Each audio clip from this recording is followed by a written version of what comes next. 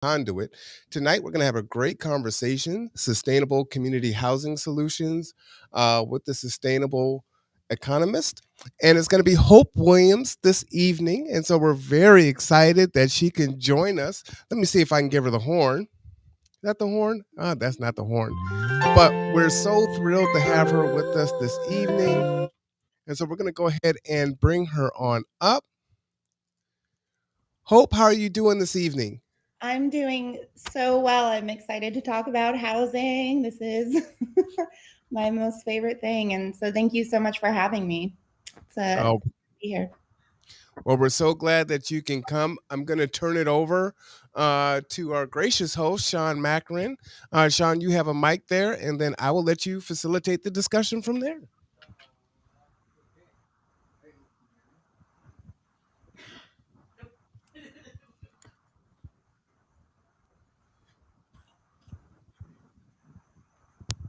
Hey, Hope, can you hear me? Yes, I can. It's nice to see you. Sorry, Tobias is ill. I will forgive him. Um, so, John Makarin, and so, Oh, sorry. I think you might have broken up, or maybe my speakers. oh no. Okay, I can hear you now. Sorry. Yeah.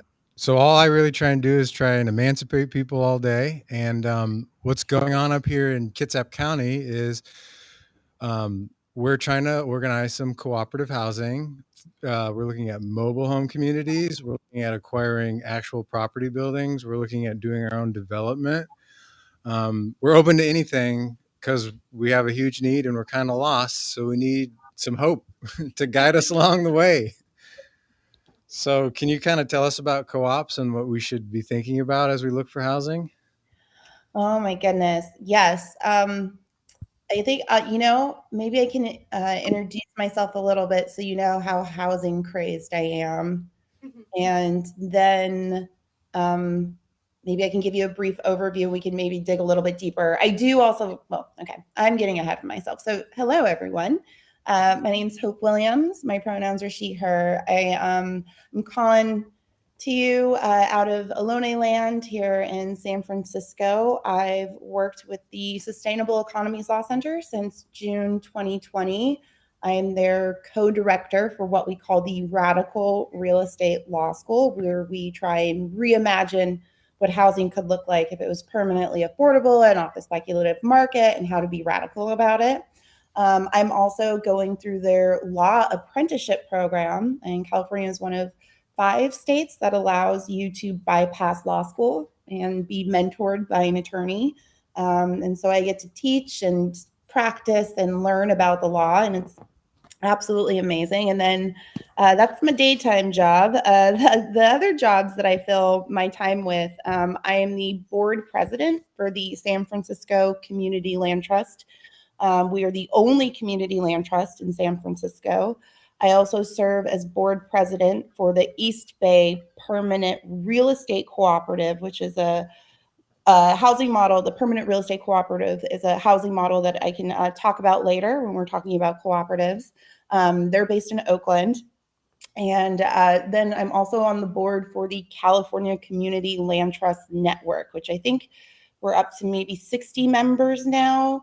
And then I also do a lot of policy work on the state level, and I'm pretty politically active in general in the Bay Area in San Francisco. That is me.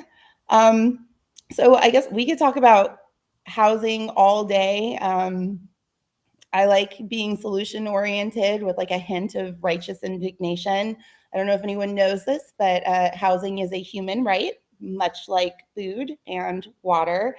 And I think community land trusts, housing cooperatives in general, are a really good way to just keep housing, like I said before, keep housing permanently affordable and off the speculative market. Now, not everything is perfect, and I'll touch on that when I start talking about why permanent real estate cooperatives are better than community land trusts. But we're just going to start at that level. But I feel like I'm also talking a lot. Should I pause so you can ask questions? What? If anyone has a question, go ahead. No, I think you're doing great. Yeah, we have no questions. Oh, We will later. okay. Don't tell me that. Okay, good. All right. So, y'all, I mean, from what I gathered before, it seems like a community land trust is where you have your eyes set on. Um, and I'm not sure what level we're at. Is it okay if I ask you all questions? I mean, where are you in the process of your conversations around starting, and we'll just use it as an example, starting a community land trust? We've actually shifted more towards cooperatives as you and I talked. And Liz and I here and a few other folks, we've started to identify undeveloped land to put our own cooperative housing on. So that's kind of where we're at. And we're looking at 10 acres to do 10 tiny homes with 10 co-residents. Great. Oh, that's so beautiful. You're going to make me cry. That is so exciting and fearless and wonderful. And I do sometimes I like to start with that there's a reason why all of this can feel scary and overwhelming, and it's because they want it to be. Um, Law is based off the premise of property, and it is not accessible to many. So hopefully I can share that, or hopefully some of you can walk away feeling empowered after this conversation, and also just revel in the fact that you're it's supposed to be hard, but that's okay. And we'll always be here for you. So cooperatives, woo. Okay. So the reason that I like cooperatives, the permanent real estate cooperatives, more than I like the community land trusts is, well, you can have a community land trust and you can have a cooperative within the community land trust model. But time has shown me, experience has shown me in San Francisco and in the state and in the Bay Area that there is kind of a gap. There's a void that cannot be filled with a community land trust and something like a limited equity housing cooperative. So it's, how do I explain this? So the primary thing that I see missing that doesn't resolve all housing problems within the CLT model is the lack of funding, or where that funding is coming from. And I can use specific examples. So in San Francisco, we have a policy called the Community Opportunity to Purchase Act, COPA. Super fun. We also live in a world of acronyms, which also makes things inaccessible. So the Community Opportunity to Purchase Act allows qualified nonprofits, housing developers, community land trusts, housing nonprofits to purchase small sites, is what we call them. So multi-unit properties that are on the market that have tenants in them, and allows us to become co-stewards of those properties. So we'll lease the land underneath the building for 99 years, and then the tenants own or the residents own the property on top of it, and they all have shares, and that can make out in many different ways. Now, the issue is, as with any city policy, it has city money attached to it, and you are kind of caught in between the whims of megalomaniac politicians, which I'm quite used to, but I wouldn't wish that upon anyone. So your lives, which are already held on the end of this very precarious thread as tenants, is getting a little bit weaker and weaker and weaker. And so CLTs who need money to purchase these properties and help these residents have less than, because the city is going to do what it wants. Now, if you don't have city money, where else are you going to get money? And I'm sure all of you know this, but you're going to get money from grants. You can get money from private foundations. You can get money, again, from federal government, which also comes with a lot of strings, i.e. paperwork. And there's a lot out there, but it can be really difficult, and money is always the problem, and it's also always the answer. So it's not sustainable. So that's where I like to pivot to a permanent real estate cooperative. And a permanent real estate cooperative is a multi-stakeholder cooperative that blends the community land trust model and the what we call the limited equity cooperative, which is you own shares and you are allowed to sell those shares and move out, but you know, you can get money back from it. Now, the difference between that and a permanent real estate cooperative is that you sell your share, but you're only getting back a finite amount of money. You are not in this business of being in a home in order to make money. You are there in order to keep your fellow people housed and keep the neighborhood going. So in a permanent real estate cooperative and in the state of California, and I looked at the laws for your county and for your state, and it seems like you're kind of the way that you all are set up, because I think the limited equity housing cooperative is defined in your codes. But what is missing and what's missing for us is we want the permanent real estate cooperative to be in the codes so that we can have access to more funds. And that doesn't need to come with a bunch of strings attached, because there's a lot of wiggle room in the politics, but I won't swim too deep in there. So I'll just focus on the model itself. So the permanent real estate cooperative is beautiful because it actually applies to mixed income households. Let's say you live in a 4-unit building, and we'll just talk about San Francisco because this is the life I live right now. We live in a 4-unit building, and there are a bunch of people in tech, and they make $250,000. I do not make $250,000. And in the CLT model and the limited equity housing cooperative, most of the time, neither of those allow for mixed income opportunities. And a permanent real estate cooperative does. It incorporates all of the income levels. It is democratically ran. And the way that it keeps housing off of the speculative market in order to create permanently affordable housing and community controlled land is by, in California, here's what we have. And this is also something you can create as well. Allowing local residents to invest $1,000 in a collective fund, using that money to buy the properties, and then letting the people who already live there stay and build equity while you continue to train each other on how to manage it cooperatively without any landlords. And then having the residents, and this is the multi-shareholder cooperative model. So you have resident owners, you have community owners, you have investor owners, and we'll talk about staff when the permanent real estate cooperative exists in your space, which I hope it does.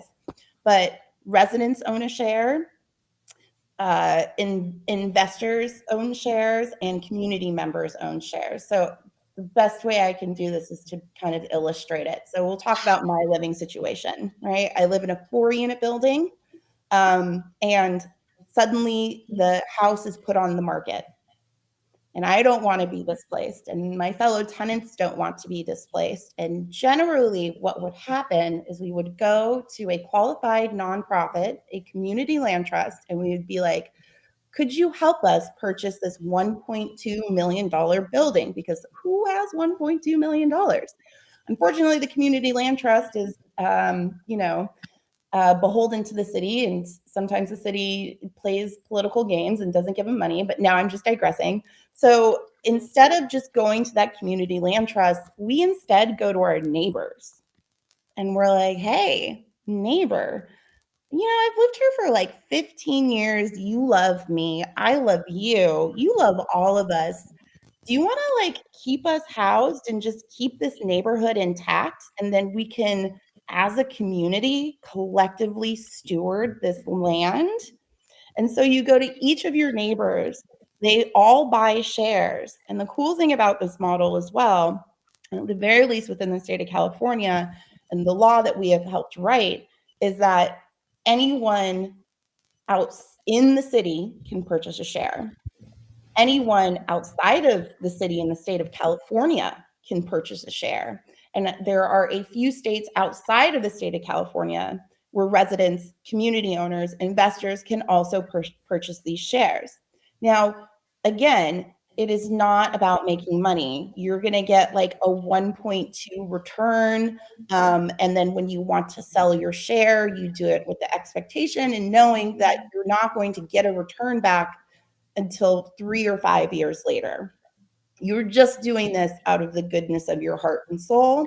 And I think it's a radically innovative way to do real estate and to do housing. And it's been interesting spreading the word about it because it can kind of break someone's mind when you talk about housing, not in a way that's to make money, but in a way to just be a basic human right, because it's hard to detach those two things. So permanent real estate cooperatives, and then I'm seeing here in the chat some questions. Are these ones that I can answer, or would anyone? I actually really like it when people vocalize their questions as well, just openly. I've talked a lot. I have a question. Yes, please. When you say democratically run, what do you mean? Everyone gets a vote. Residents get a vote. So any choices or decisions that you make, it needs to be done, and the majority rules. Everyone gets a vote. And so you as a resident get a vote, and the community owners don't get a vote in your housing, but they do get a vote when electing board members. Because, okay, so now this is the extra fun part, the paperwork. So you're a permanent real estate cooperative or you're a cooperative, and we'll just keep it really simple because the permanent real estate cooperative here in California is a not-for-profit, which I don't even want to unpack right now, but let's just say it's like a casual 501c3.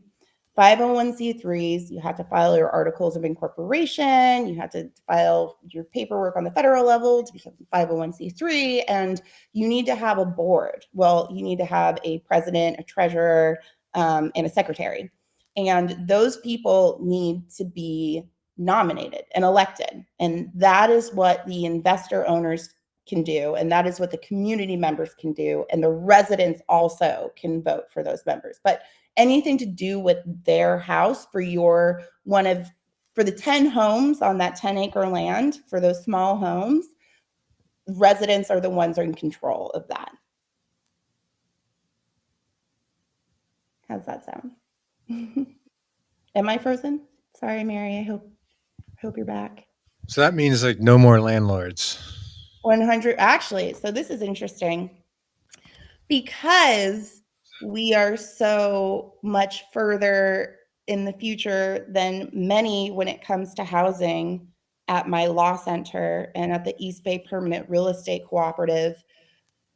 The laws that govern landlords, the laws between landlords and tenants that govern landlord tenants also apply to the permanent real estate cooperative, because you are this not-for-profit that is holding all of this.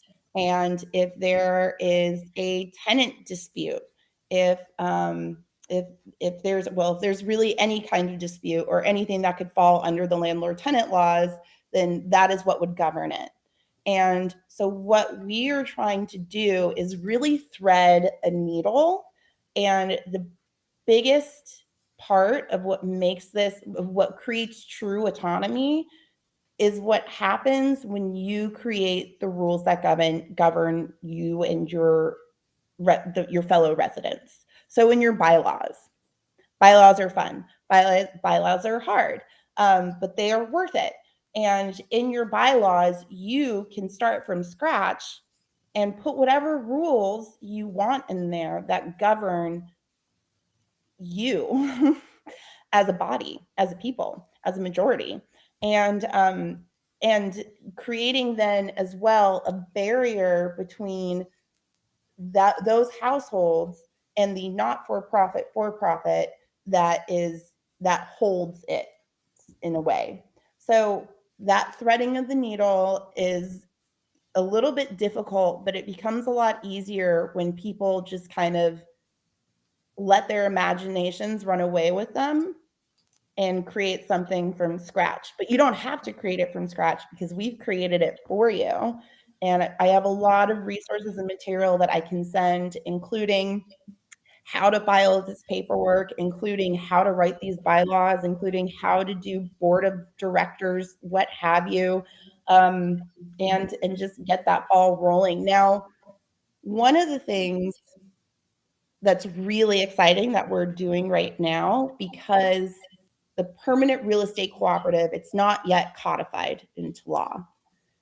And right now, we would like permanent real estate cooperatives to receive money from the state, to receive money on the federal level. And if we codify a permanent real estate cooperative, that could open up a whole can of worms, right? There's not enough preemptive thought in the world to see what could happen, because people like to take advantage of other people, and that's just the way that laws are right now, and are well. And so what we're looking at is we're trying to do as much outreach as humanly possible to everyone who's working in this housing sphere, to everyone who we can get an ear or a hold of in government and policy, and preach the good word of this cooperative, so that eventually our definition will be put somewhere within the public comment record, which will then eventually open up the doors for more funding for us. So regulatory process, rather than going the official codifying process. And it's really exciting right now because we are finalizing the definition of a permanent real estate cooperative for the city of Oakland, which is amazing. Because what started off there is that the city of Oakland didn't want to give money to the permanent real estate cooperative because it didn't match the definition of a limited equity housing cooperative.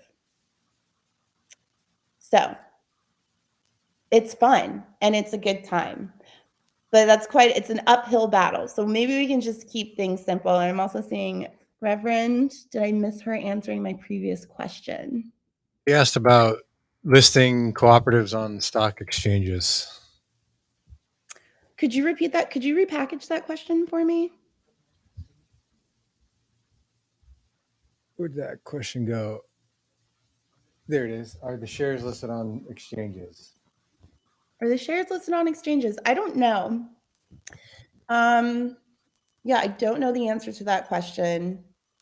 And by exchanges, do you mean? Like this New York Stock Exchange, I think. No, they're not. No, they're not.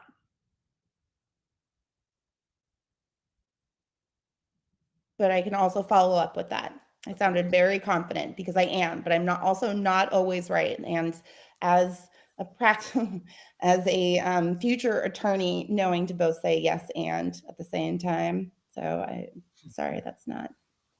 And yes, I can send you those links. Are there any other questions? I can say, if you are at the point where you have identified a plot of land where you would like to build on them, consider what those zoning laws are. Do you want to change them? Consider which district your representative is. So how do people get access to purchase the exchanges? How are they made aware to the public? How do people get access to purchase these shares? I think you're talking about cooperative development communities with multiple share options. He's wondering how people find out about getting into one of these. I think, Yeah. right, Rev? Rev. Well, I mean, it's constant outreach. Actually, that's the first step for any of this. It's constant outreach. We have regular community meetings. We have regular resident meetings. We have monthly board meetings. And it's just never stopping talking about this opportunity, because when someone with $250,000 who lives in my building hears about an opportunity to purchase shares in a cooperative that will house total strangers in deep East Oakland, I don't know, that a light goes off and a light goes on in their head. And it is just constant outreach. You talk to the people who are already working in this industry of housing. I don't want to call it an industry, actually. That feels a little gross. You talk to people who work in this sphere. You talk to your representatives. And I'm not sure, I couldn't figure out if you all have a city council or board of supervisors. Find out what district that's in and then start talking to them as well. And then even go to the state.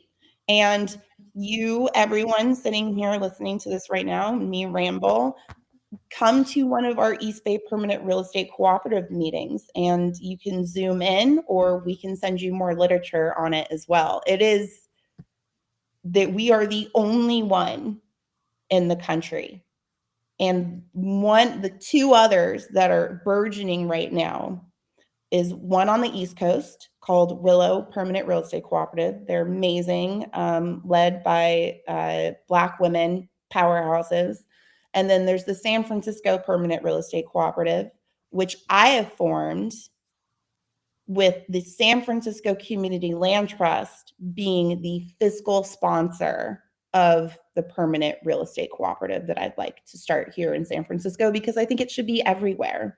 And we're getting a lot closer on the state level as well. And this has taken, oh my goodness,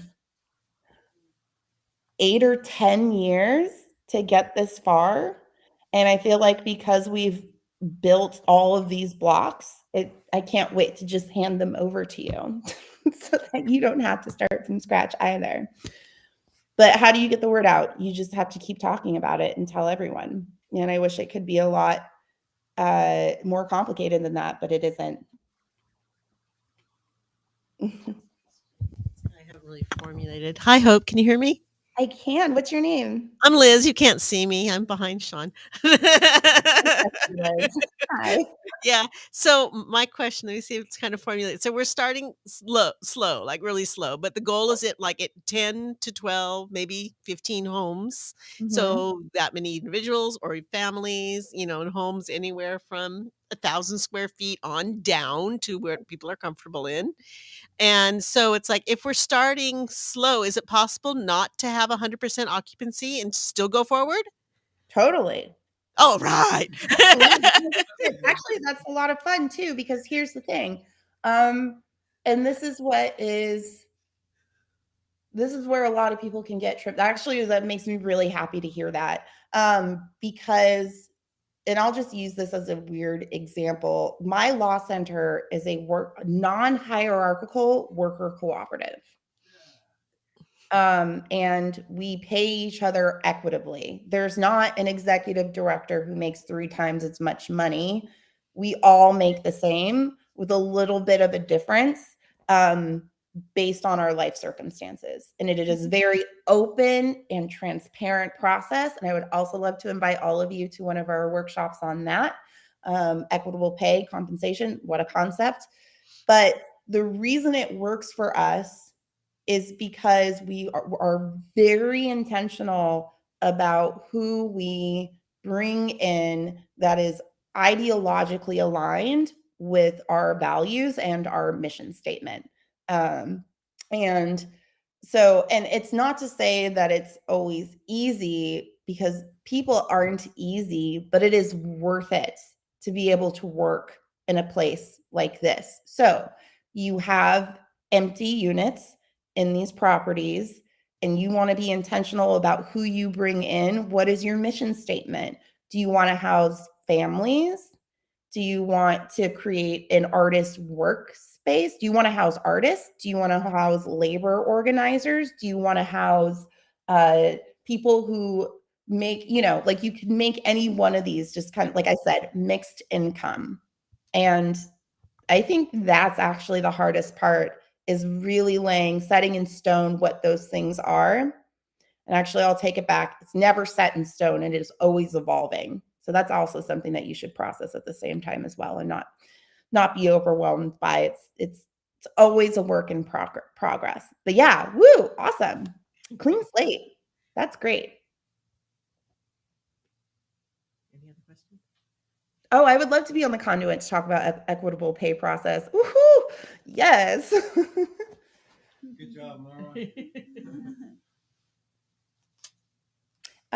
Thank you, Liz, for that question. Oh, you're welcome. How It's exciting. on mine. I was like, do we have to have the people? No, heck no, you don't. You just have to start where you are. All right. Mhm. Build it. They will. Please, if you have Do it. Ready to move in?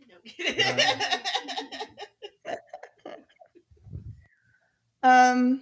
Let's Oh, I have see. another question. Oh, yes, Liz, do it. Okay, so Sean and I, we're really into those cob houses. You're familiar with them? The cob houses? Yeah, and zoning and Yes. straw bale houses, basically natural. I know that I think California is now built that has a little bit more leniency in them because like the Santa Cruz area has a few and such. So do you Mhm. have any experience with those building? I mean, are you familiar with them? I don't know. They're just like a fantasy of ours to live in a mushroom.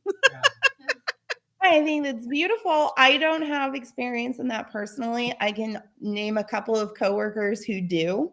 Um, and they actually on their sabbaticals like to travel around and visit all of them.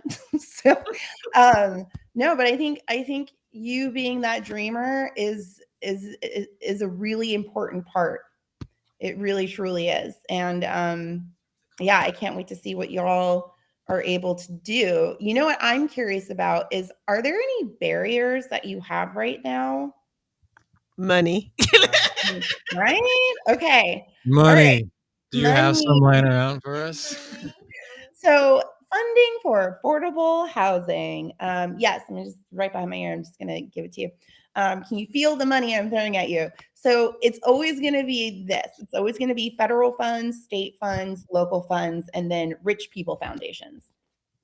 And I will use this as an example. So San Francisco Community Land Trust, we hold 14 properties right now. One of our more recent acquisitions is a 30-unit building in downtown San Francisco that is predominantly Black and brown and low income. And we are, yes, okay. So how did we afford a building that cost $9 million? We were given $600,000 from a foundation called the Katali Foundation. We were given money from things like the Chan Zuckerberg Institute and the San Francisco Foundation. This is a lot of grant writing. If you have a writer on the team or if you know someone in the community who'd be willing to help write those grants, you got to churn them out. And then on the city level, there are different pots as well. The primary one that's kind of like, ooh, you get some now, you don't, is not the only one that we pull from. And then for yours specifically, and I think I wrote down a proper list. Let's see. You have housing grants for low income residents in Washington. You have housing grants for green homes. There's your mushroom. You have housing grants for minorities in Washington. And then you have the Washington's National Housing Trust Fund program. There's the Housing Preservation Program. And then you have other things, which is also where we get money, like low income housing tax credits, the Urban Development Action Grant Program, what's another one? What's another really good one? You have the Community Development Block Grants. That one's a really popular one. So it's kind of like we have this list of money, but it's like you have to file the paperwork and you have to do your due diligence, and that can be very tedious, but that's where you get started. It is always about the money. Now, are you all are you a legal entity of any kind? Not yet. No. Okay, perfect. Do you know which legal entity you're kind of like have your eye on? We're leaning towards cooperative as an entity. Is that what you're getting at? Like, are you a registered 501c3 who will have an LLC that will hold the property? We've not gotten that far yet. Okay, beautiful. Oh, I love this. Oh, so exciting. Okay. Yeah, I mean, you kind of have to start firing on all cylinders. And I even have I got really into Kitsap County. I'm not even gonna lie to y'all. I was very excited about it. Okay. So the first, let me see. Let me start at the top of my list. So there is, and I'm sure you've pulled a lot of this, and I can just send it to you so it can just be a click away. But Washington actually has a really good how-to book for starting a nonprofit, which is probably where y'all are going to be headed. And you can always reach out if you need more from that. But the first thing you need to do is what you're doing right now is the outreach. So you need to talk to the general public. You need to talk to the existing housing developers in your area.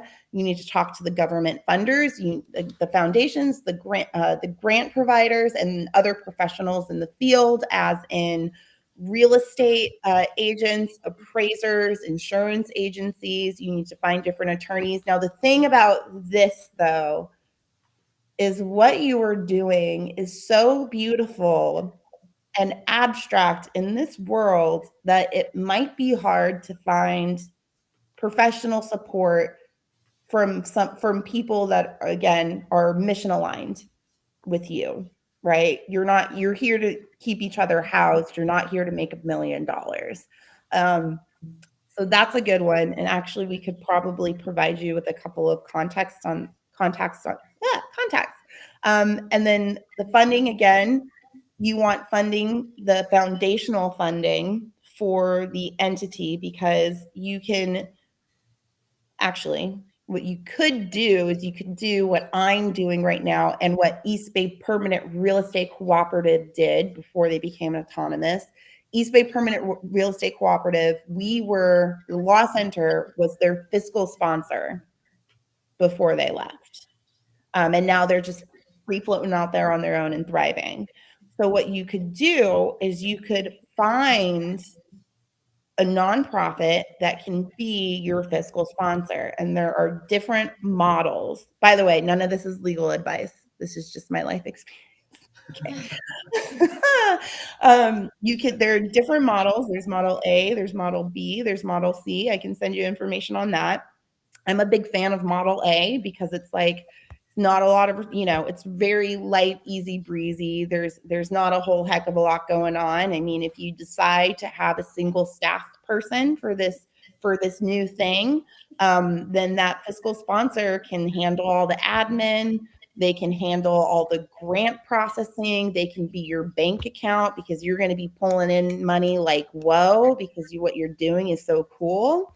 And then you can graduate out of that and exit the fiscal sponsorship once you're ready to. So it's kind of like you're the child, you're the newborn baby, and the parent is there to feed you and keep you housed. And then once you graduate, you can get out of the house and now be free on your own. I love fiscal sponsorship. It is the coolest thing in the world. I wish everyone knew about it and did them. So you have to establish your plans and your goals. And I know I'm talking about this like you need to form a legal entity, but I'm telling you right now, I would say, let me think here. It's going to be a heck of a lot easier if you are registered. And I would highly recommend going the fiscal sponsorship route because it's nice to have that support. Time is finite, and I hate QuickBooks and Excel sheets, and it's nice to outsource that to someone else. So fiscal sponsorship, woo. So yeah, set your intentions, your plans, your goals. Figure out who your target is. Obviously, it's you. Figure out your service area. Obviously, that's Kitsap County. And then, put the range of mixed incomes that you want. Mixed being the priority word there. And then apply for an employee identification number. These are a lot of fun steps, and I don't want to go through those ones because those are kind of boring. But and then what your housing needs are. So you need money. That money is going to go to different things. But when we're talking about land acquisition and purchasing, this money needs to go towards land acquisition, pre-development feasibility, which I'm seeing a plot of land and I'm thinking like, okay, what is it zoned for? What kind of sewage septic tanks do you need to have? Like all the nuts and bolts. You need to have the architectural design, which means that an architect comes out of nowhere from on high and helps you develop what you would like this to look like. And in infrastructure development, construction. I'm not going to go for rehabilitation right now, but I will say that once you build these properties, they will come. But the rehabilitation is going to start at some point in time. And the way that East Bay Permanent Real Estate Cooperative does is that pool of money is part of the rehabilitation fund. So if they need a new roof, they can pull from the pot of money that is the collective pot that was gathered by community owners, investor owners, resident owners, and the staff owners. Because if you are an entity and you are fiscally sponsored, obviously I have an agenda here, a staff member can also be can also be a member as well, or a staff member can also own a share as well. And you can also own multiple shares. But since you're not a resident and you're staff, your vote only goes towards nominating and electing board members. And then you're going to want to think about down payment assistance. You're going to want to think about permanent financing. And then what it will look like in these financing stages is most in an ideal world, the acquisition of the financing is 60% of it would come from a bank. This is the other thing, identifying a bank. So in California and the San Francisco Land Trust and a lot of other nonprofits in housing use a bank called Self-Help Credit Union. These are banks that see inspiring things happening in the community and they're like, oh my gosh, we want to help. And then you have, let's see, there's so many things. I feel like I'm just jumping around, but there's a lot.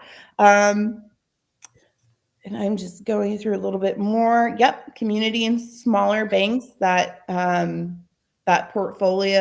whose portfolios want to loan out to projects like yours, private lenders. Let's see. And then there's crowdfunding. And when we at San Francisco Community Land Trust were in the process of raising funds to purchase that 30-unit building, $9 million, part of what we raised was through crowdfunding, and there are specific rules around crowdfunding. I can't just say it's GoFundMe because there are different types of crowdfunding sources. And then let's see, what else? Yeah, I know it's always about the money. It's always, and it's, but if it were easy, everyone would do it, but it is possible. I think one of the other important things to do is to spend as much time with me as humanly possible at the Permanent Real Estate Cooperative, at the Sustainable Economies Law Center, because what we do is we do something called mutual aid, which is sounds like a pipe dream, but it's real. We want to be as open sourced as humanly possible, and we are. 3 times a month, we host something called a legal cafe. And unfortunately, the only in-person cafes we have are in Oakland, but we also have them online, and I host them. And what you do is you come in, this is free, you come in with a legal question, like you write it in on your intake form. This crazy person named Hope talked to us for 2 hours. She kept talking about fiscal sponsorship agreements and entity formation and crowdfunding. And I have no idea what she was saying, but I think we should start here. You come in and I pair you up with an attorney, actually sometimes more than one. And then you spend 35 to 45 minutes with these attorneys and they'll get you started, even though I'm pretty sure I'll have you set up by the end of this. With the amount of things I'm going to send you that are really fun to read and really accessible. So we have that 3 times a month. You can come as many times as you want to. And I think a good way, because we do sell out often, is when you submit your intake, you can put a little note in there that says, I'm from Kitsap County, and I'll know who you are, and I'll make sure that you get in so you can see an attorney, because I am biased and I want you to thrive.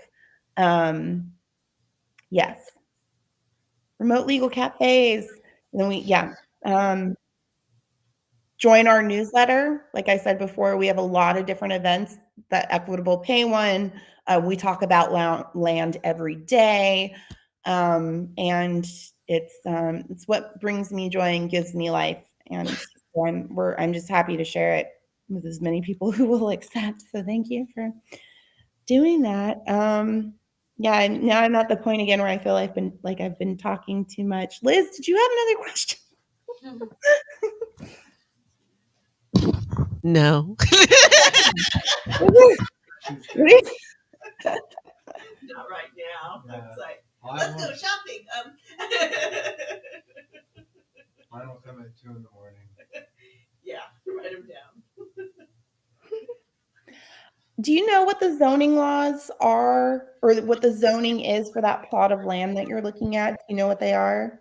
Yeah, there's I think we've got like urban mid, urban high. So like in urban areas they allow, I can't remember what those are, but the main stuff we're coming across is rural residential. Okay. And it's like, I think it's, the requirement is like one house per 5 acres or something like that. Okay. And then the other option we've been looking around at is there are some, God, the word, what's the zoning exception? We can get conditional use for mobile home parks and tiny home parks. So that's kind of where we've been steering, towards the rural areas and the mobile home parks. Perfect. Okay. Awesome. Yeah, And I think I cut you off. Was there? No, that's it. I have my notes on the zoning somewhere, but I can send it to you later.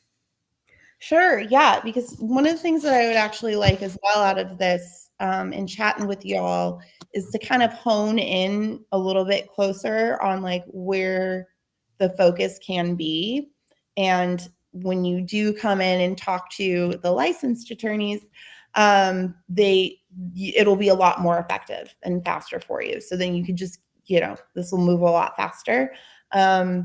The mobile home parks, when you brought that up at the beginning of the conversation, when I asked what y'all were looking at, I was like, oh, nuts, because that is happening right now. That's happening all over the place. Some really amazing things are being done. And for a moment, about a year ago, I was talking to someone who lives on the coast, who was wanting to do the same thing. And of course, it's a lot of work for one person, but I would love to do more on that as well. So that's really, that's fantastic. So in Kitsap County, who are your elected officials in Kitsap County? Is that a weird question? This is how my brain works, because I also used to run political campaigns. But hey, Do you mean as far as county commissioners or okay, do you know who they are? county. I'm in district. I forget. Oh yeah, districts. Who's your district representative for? For Congress? Yeah. Oh, So hi. for our state representative on the district level, it's Emily Randall, Tara Simmons. I can't remember our senator, the Republican. That's okay. Do you Emily Randall. Okay. Tara Simmons. Awesome. Do you, maybe I'm not asking this in the right, or maybe watching, Derek Kilmer. So and this is, I'm kind of bad at relaying questions or thoughts or ideas sometimes, but in San Francisco is split up into 11 different districts. So I'm in District 8, and I elected a board supervisor for this district, one mayor, and council. Yes. And how is your Now, the reason I'm going to say this is important is because this is a part of the outreach. And sometimes people don't like talking to politicians, which is a good thing. It's a good thing. But it's necessary once you start looking at whether or not you want to change zoning. Like, for example, yeah, Mary, you rock. Look at you. All of you are awesome. I'm just making some notes. For example, we have a client who wants to build property on their land. It is an indigenous tribe, and it is not zoned for building. And if the supervisors of that county had any kind, well, I could be a little bit dark about this, but if it helps to build a relationship with these people, at the very least have a conversation, and just take it from there, because it's just helpful. It's not going to harm you. And then that is different zoning than Kitsap. Oh yeah, we're getting specific. Look at this. This is good. So if you Yeah, each city has a little bit different zoning. Like if we were to look at the Silverdale urban area, that might have different zoning. If we had Poulsbo, a rural area, it might have different zoning. So we'd have to look. We're looking at all that. do you So know do you yeah, have the parcel it's number? a lot of unpacking, but it's doable. I know, no, this is what it is. This is what myself and my coworkers do every single day is we unpack stuff like this. It's almost like you're power mapping with also unpacking all of the little bits and pieces that are going to make this all possible. So this is like, I love looking at things like this. You want to look up a piece of property? Is that what you're getting at? You're if I'm just curious about the parcel number. Yeah, you want me to put? I can have Marwan put one in the chat. If Marwan would oblige, I do. Because in my mind, if I have enough information, then this is helpful for me when I am going to pair y'all with an attorney and just get you going.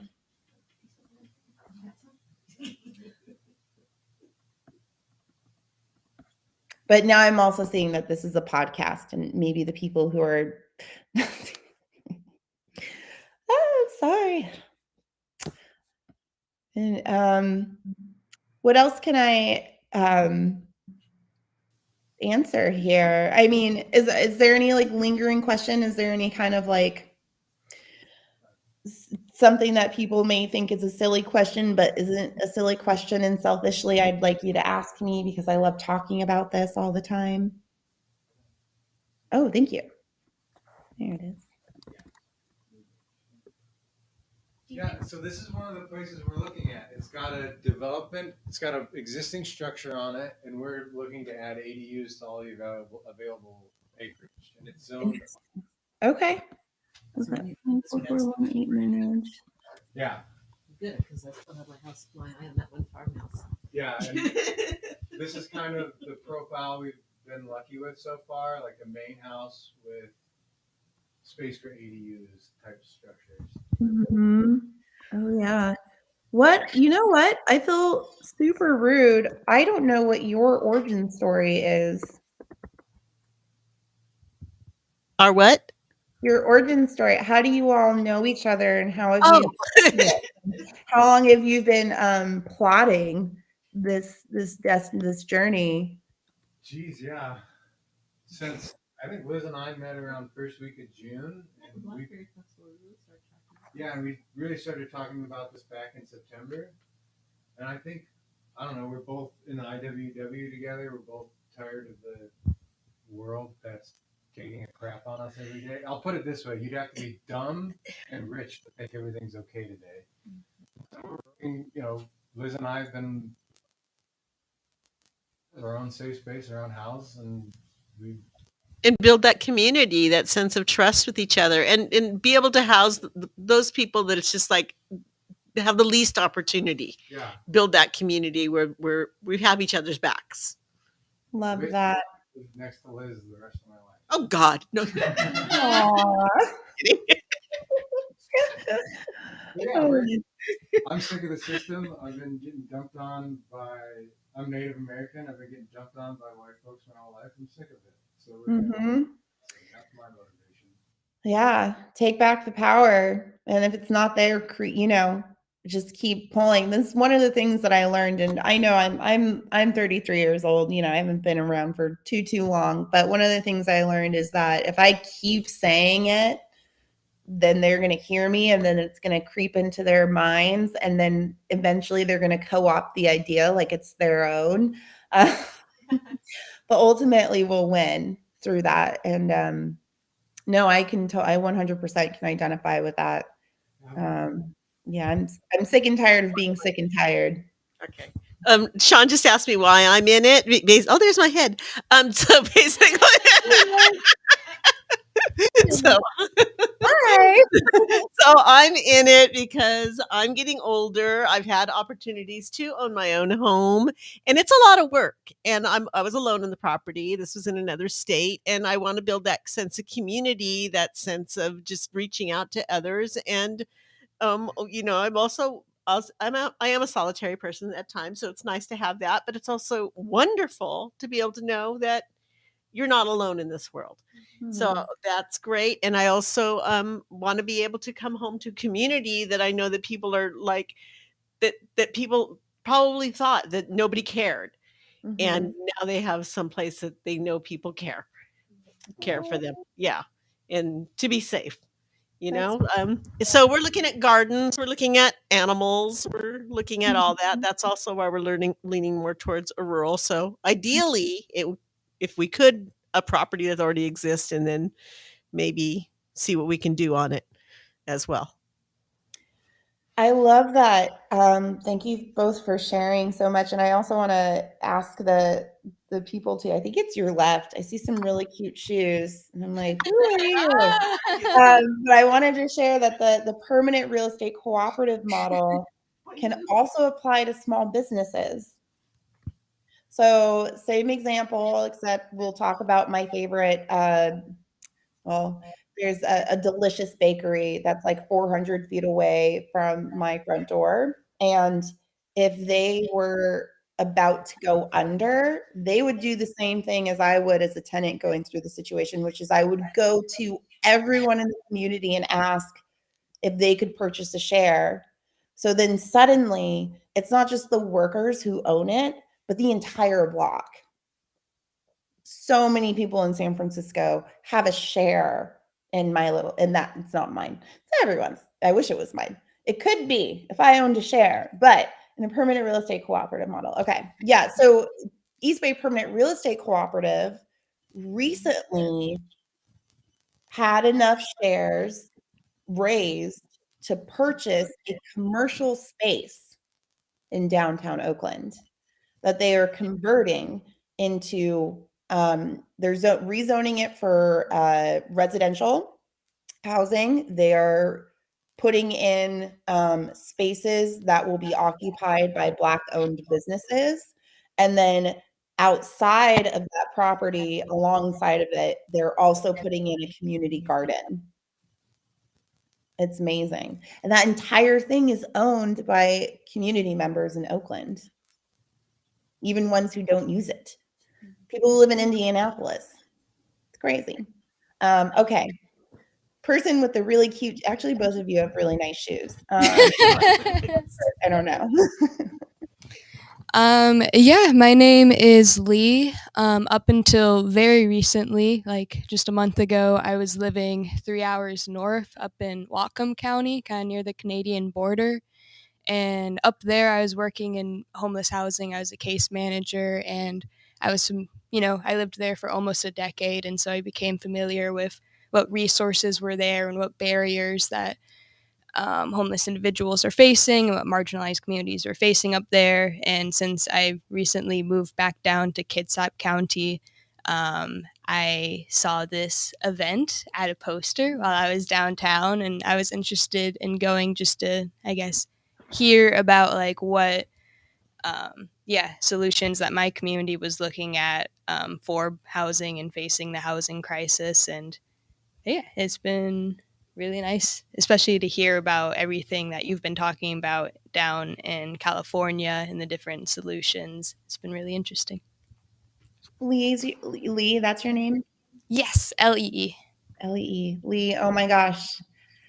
Talk about the unhoused in California, in San Francisco. It is the most hurt. It's practically unspeakable. I can only, I can, those barriers are real. Mm-hmm. And it's absolutely tragic. And I'm glad that you are someone that is working within that space to make a difference, because they need every single person humanly possible. Here's one, if you want to get a little bit more into the weeds of what kind of policies could be passed in order to resolve something, not resolve, but help. In San Francisco, we made it a ballot item where every corporation that makes over $50 million is taxed. And then that money is put into a fund specifically for the unhoused and their services. And I love the snaps to that because it was super exciting. It's wild. I'm so glad it passed. But the problem, and this is what happens, is this is why you want autonomy, and this is why you don't want to just rely on the government, is that money is now being held hostage by certain elected officials in this city. So it's almost $1 billion that is not being touched right now, because of the reasons I don't need to really burn into. But yeah, the sweeps and everything. Actually, Lee, you might like this as well. The Coalition of Homelessness. I'm also a member of the Anti-Displacement Coalition in San Francisco. My background is in tenants' rights. And so working a lot within that field. But the Coalition of Homelessness just sued San Francisco because of the sweeps. And it is devastating because it happens right in front of your eyes. Is they tear away these folks' possessions and toss them into a dump truck and then throw it all away.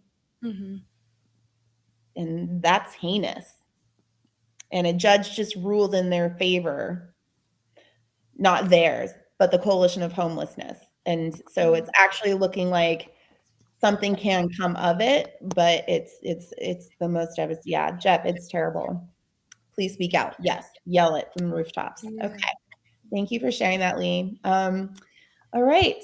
What is your name? Hi, I'm Jules. I have a really interesting up and down story, but I'll try to keep it short. My ex experienced homelessness, and then recently I was in a car crash and I was unable to have secure housing. And so I was kind of all over the place, up and down. I ended up working at a nonprofit that was focused on hiring those that were experiencing homelessness.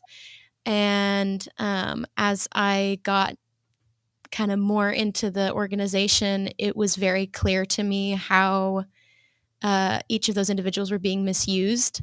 Were just it was under a guise of, we want to hear what you have to say and we want to know your experience and all of that. But as soon as you gave your experience or as soon as you gave your opinion, you were shut down. And it was, we talked about this earlier, I know what's best for you was really the rhetoric. And so unfortunately, it was really eye-opening to see different sides of a life that I hadn't experienced before, seeing those that were struggling with addiction or physical health being put in positions where they were like laborers when they were physically incapable of doing so, or mentally incapable of doing so. So, yeah, I have a very soft spot in my heart for community and for actually hearing people and truly letting them tell you what their experience is to then support them in ways that they need. Oh, yeah. Thank you so much for sharing that. Wow, that's such a journey, truly. And the thing that got me mad was the part where they know what's best. It happens a lot. In fact, in Oakland, I mean, it happens everywhere for sure. In Oakland, one of the ones that still gets me going is the city asked for the community's input on the future of housing in Oakland. And they're like, okay, groups, organizations, put together a plan of what you would like to see. And they definitely chose the whitest firm, the whitest, like the just the people who are not even based in Oakland, who don't even look like Oakland, planning the future of the city. And then to quell all of what that created, they had an open forum where community members could come and talk. But what happens in those situations more often than not is that they take that language and they use you as a number to say, oh no, but we talked to everyone. And then they just do what they feel like doing. And that's really very frustrating. But one of the things that brought to mind as you were sharing that, one of our clients' homefulness, and I think I could put it in this. Oh yeah. Oh, Rev. Rev, did you want to share that out to Jules? Can you read it? Jules, can you see that? Yeah. Okay. Yeah. Poor Magazine, I think. Is that? So it's Poor Magazine, Homefulness. It's a project. And what Homefulness did is actually quite almost like what you all want to do. You're like, there's a plot of land. We want to build on it so that we can house all of the unhoused, because that's what their organization is. And the city they built the houses, and then the city wouldn't let them live there because they didn't have enough parking spaces installed. Oh my gosh. What? So we've gotten that resolved and it's moving forward. But my goodness, the kinds of things that you will come up against when trying to do something like this. But they're such an inspiration, and I would highly recommend giving them checking them out. They make life worth living, having people like that on this planet. So thank you, Jules, for sharing. Yeah. And Jules, the Reverend Michael Ellington, would love if you could share more of your story with them at some point in time. But no. Yeah, I did see that comment, and I also got a business card. Oh, great. Okay. Oh, there you go. Yeah, I really appreciate everyone sharing these stories. It's so refreshing to be amongst like-minded individuals, radicalized. Even why is it radicalized when we just want to house people, when we just want to keep our communities together?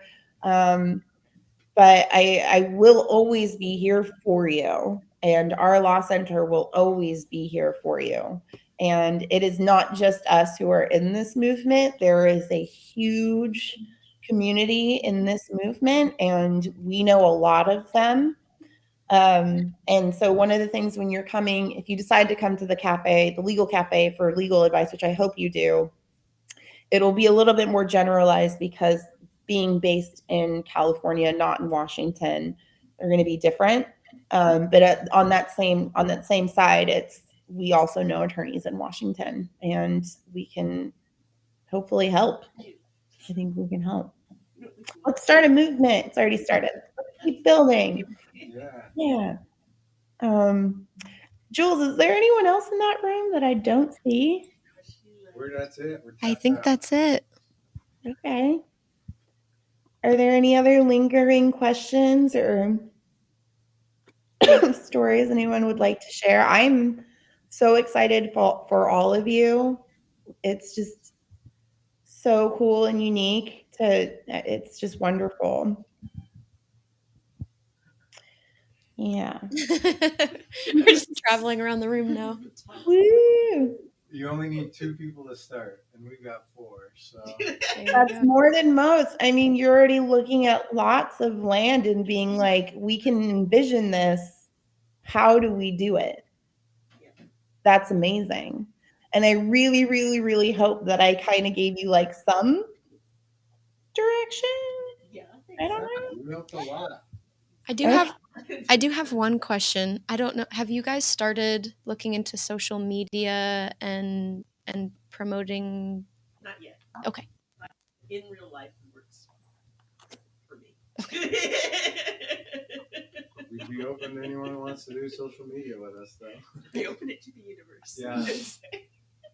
Here's actually, Jules, Jules, sorry if I cut you off. Oh. So one of the things that I've learned working in this field is that I hate doing social media. I don't like doing the admin work, but you know what I really like? I really like working with our lobbyists and drafting state policy. And so our law center being that non-hierarchical worker cooperative, the way that we govern ourselves is very different and unique. We all take on different roles at all times when it's needed, and we're always there to back each other up. So if our communications person, Mwende, she's brilliant and amazing, and no one can do her job like she can, but she can train me on how to do her job so that she can, step away from it from time to time. And y'all can just like switch hats.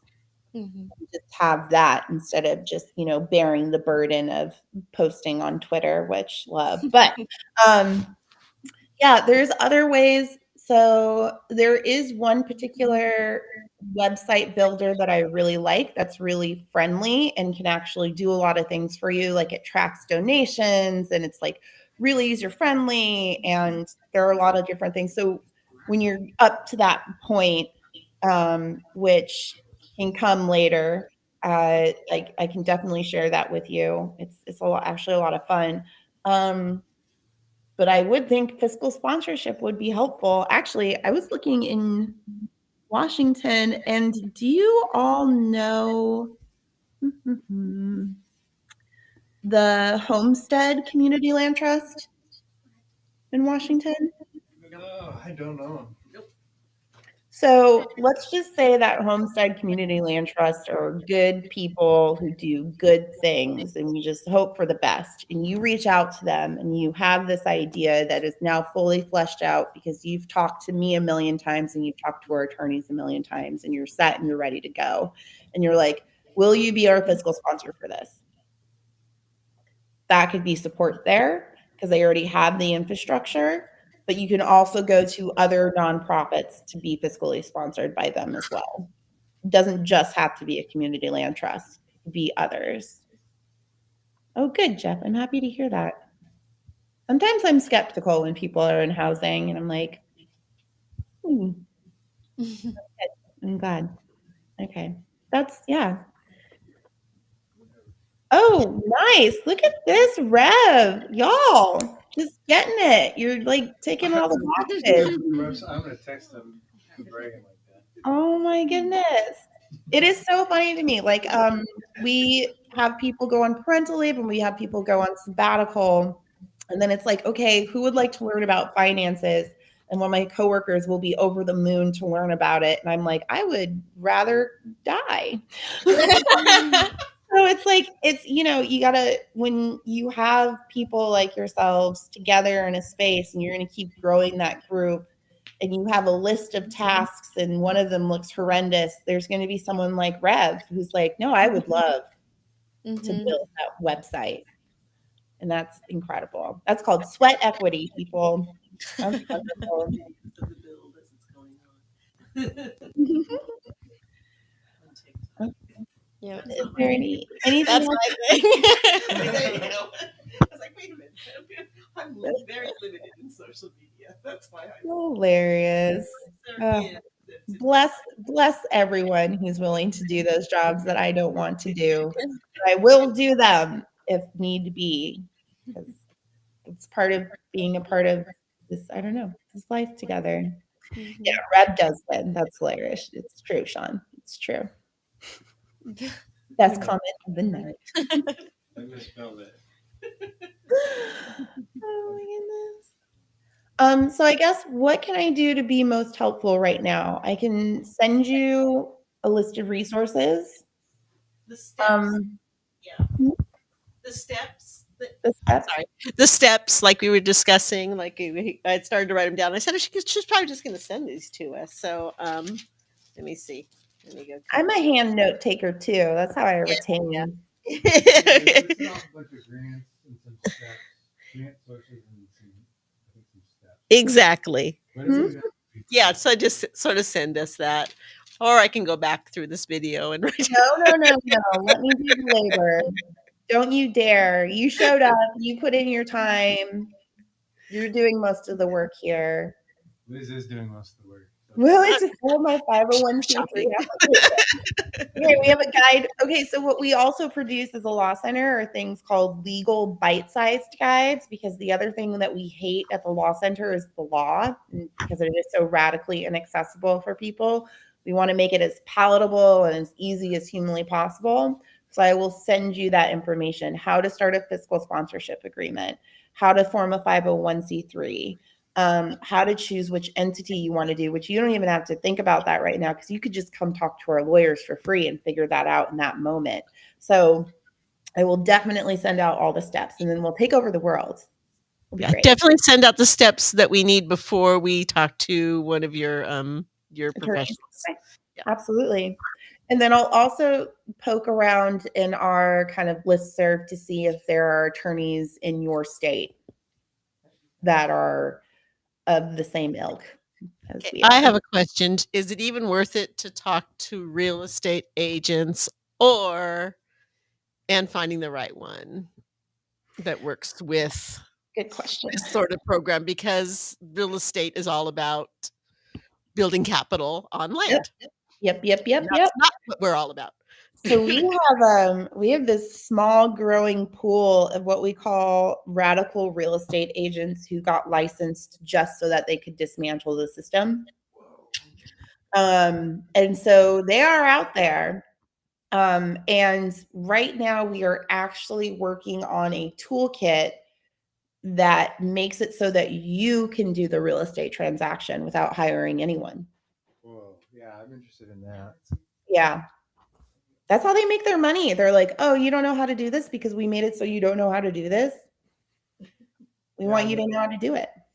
Then they all show up and everyone takes their cut. The seller and the buyer have an agent who somehow know each other. I don't know how it turns out. The guy who just signed the papers. Yeah. Wild. Or We don't like lawyers. Yeah. We don't like, yeah. We're not big on lawyers here either. No, we despise lawyers. Actually, I'm not even joking. We're lawyers because we want to break the system and give it back to you. Yeah, for free. For sure. Definitely. Oh, I'm so excited. You can do this. The only reason I sound moderately confident in any of the things that I'm saying is because I have learned through osmosis and I've learned through doing for the last I'm working in tenants' rights for the last 7 years. And like, to me, it seems possible. And I just want to make it seem possible to you all and just continue to reassure you that you have us as a resource. Yes, starting there. Mm-hmm.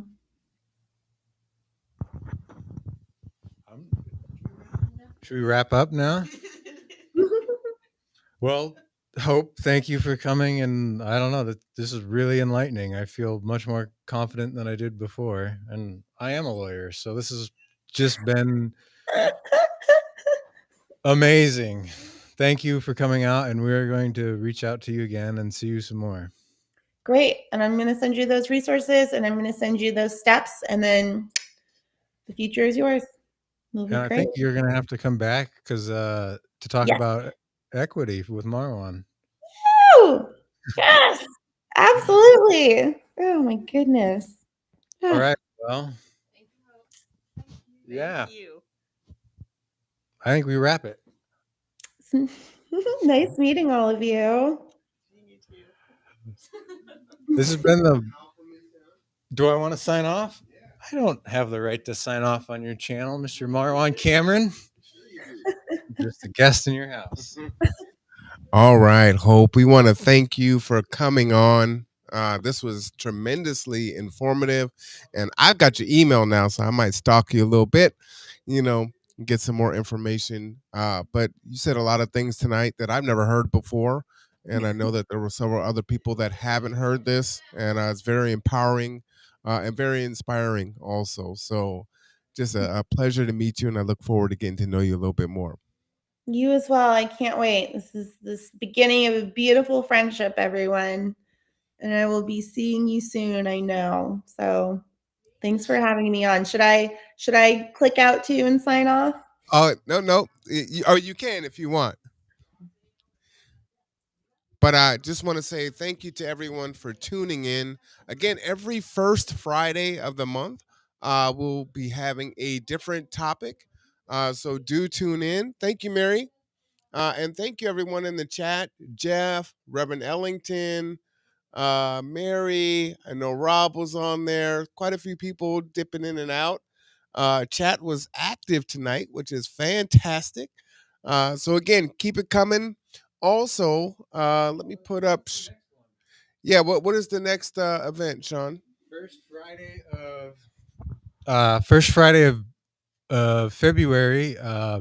Ben Burgess is going to come speak with us about progressive alternatives to conservatism. Ben Burgess is a colleague of mine, and he's a very well-versed scholar in everything left.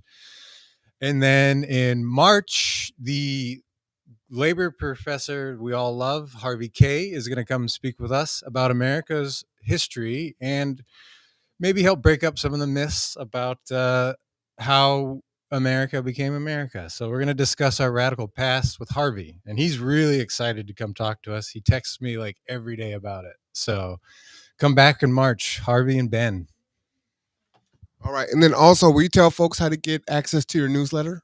Oh, we're transitioning. Oh, you are? Okay. We're transitioning. We had a newsletter going on this, but we're transitioning to some organizing campaigns. So I'll have Marwan drop my email in here, and if anyone who got that newsletter wants to follow up, you can reach out to me. Thanks, Marwan. You got it. Why don't you hold that for a second so I can grab your email? Let's just do. No next event is tomorrow. Worship and then no cap recap. Yep. Sorry. Absolutely. Don't forget church.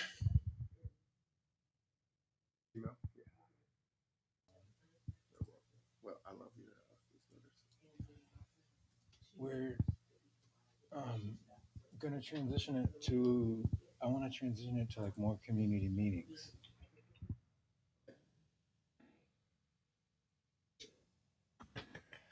All right, everyone. I am Marwan Cameron. This is The Conduit. We will see you next time. Tune in. Don't forget to subscribe, like, and share, and let everyone know. All right. We will see you next time. Goodbye, Hope. Pleasure to meet you.